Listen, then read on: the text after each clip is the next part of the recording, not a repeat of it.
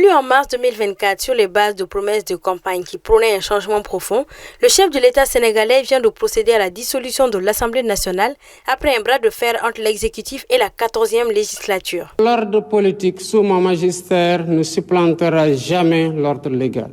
En vertu des pouvoirs qui me sont conférés par l'article 87 de la Constitution, et après avoir consulté le Conseil constitutionnel sur la bonne date, le Premier ministre et le Président de l'Assemblée nationale sur l'opportunité, je dissous l'Assemblée nationale.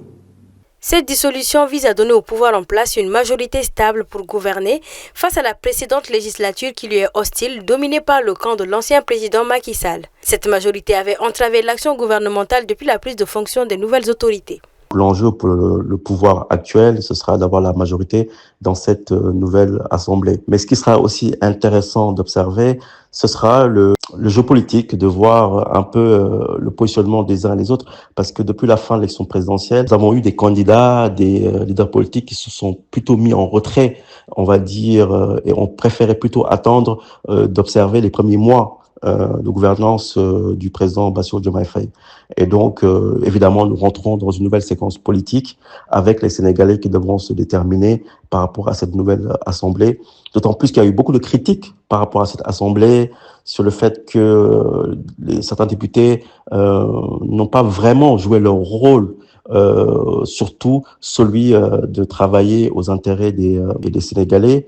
Et là aussi, il y a cette volonté de rupture avec une assemblée où l'assemblée, ce sera un lieu de débat, un lieu de confrontation d'idées et un lieu où on pourra voter pour des lois qui vont être dans l'intérêt des Sénégalais. Dans son discours, le président Faye a mis en cause la gestion des finances publiques de son prédécesseur Macky Sall en évoquant l'audit qu'il avait soumis à la Cour des comptes. Les résultats de l'audit soumis à ce jour à la Cour des comptes pour validation font ressortir une gestion publique empreinte de légèreté qui ont occasionné des dérapages volontairement cachés dans la gestion des finances publiques, avec une évolution incontrôlée de la masse salariale, de la dette et des intérêts de la dette, une non-maîtrise des subventions et un dérapage dans les tirages sur les ressources extérieures.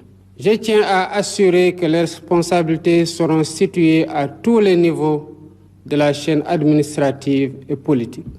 Le groupe parlementaire Benno Bokk Yakaar, Ensemble pour un même espoir, incarnant la majorité parlementaire, a vivement réagi à la dissolution de l'Assemblée, dénonçant un acte d'indignité républicaine dans un communiqué signé par Abdou Mbow, président de ce groupe parlementaire. Quant au leader du mouvement Action pour la relève citoyenne, Anta Babacar Ngom, elle s'indigne contre cette dissolution qui, selon elle, je cite, « la forme rompt de façon flagrante avec les principes d'éthique républicaine et d'élégance démocratique que nous sommes en droit d'attendre de la plus haute magistrature de notre pays ». Fin de citation. Malick Gakou, président du Grand Parti, a exprimé son soutien total à la décision du président de la République de dissoudre l'Assemblée nationale. Selon lui, en choisissant le changement systémique à travers l'élection du président Bassirou Diomaye Faye au premier tour, le peuple sénégalais a décidé d'amorcer les mutations et transformations pour changer le Sénégal de manière irréversible.